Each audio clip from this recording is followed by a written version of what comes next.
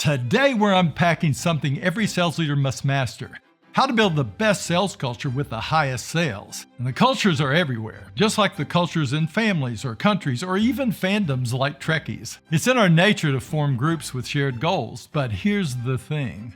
Every sales culture is shaped by its leaders. Whether your team thrives or struggles comes down to the values, beliefs, and attitudes you promote. A culture isn't just a buzzword. It's the behavior patterns of a group with common objectives. In sales teams, these patterns revolve around how you achieve results. If there's no clear leadership, cultures fall into chaos, with everyone following their own rules.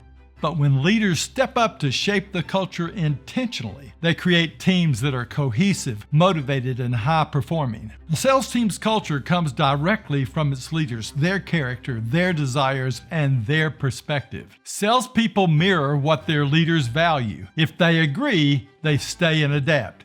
If they don't, they disengage or leave. Your character as a leader is the summation of your values, your attitudes and beliefs, acting upon the world around you. This shapes the shared values, language, and practices of the sales team. And let's be clear, character builds reputation, whether it's for an individual, a team, or an entire company. Your team's culture starts with recruiting and continues through onboarding and coaching. Here's what you need to know. Recruit character first. Look for honest, hardworking, responsible people who care about others. Skills can be taught. Values are harder to change. Define your vision. A sales leader must know what they stand for. What do you value? What attitudes and beliefs do you want your team to adopt? Be intentional in onboarding. New reps learn your culture by observing what you say, what you praise, and what you discipline. Make every action count. And here's the truth. Unless you shape your culture to an intended state, you're leaving it to chance. And that's dangerous. Teams without strong, intentional cultures drift into mediocrity, or worse,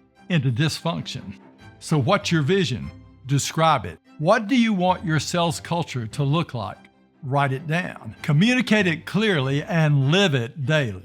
Here's a good exercise. Write down a vision of your current sales culture, a word picture of your sales team's performance, describing what's good and what's bad, the monthly sales averages, the customer experience scores, the prospecting, the sales, the service habits, what you talk about, and your example as a leader, and your present leadership style, both good and bad. And you may need help with this. Next, write down a vision of your new and better sales culture, a description of your team's performance 90 days or 6 months from now. Its average income, sales levels, habits, attitudes, customer experience levels, and retention. Include your changes and the positive impact on your sales team, and if appropriate, how this transformation in yourself has led to better relationships or other improvements in your life. Now, to build this culture, remember these 3 tips. Recruit character and motivated people first. Clearly explain where the team has been and where it is going. Include attitudes and results in your picture. Include the past and the future and its benefits, and demonstrate your values and beliefs by what you inspect and talk about. Once you begin shaping your culture, think about your next steps. What do you need to stop doing? What habits do you need to adopt? What support or training will help you build a stronger culture? A sales team will always reflect its leader's spirit,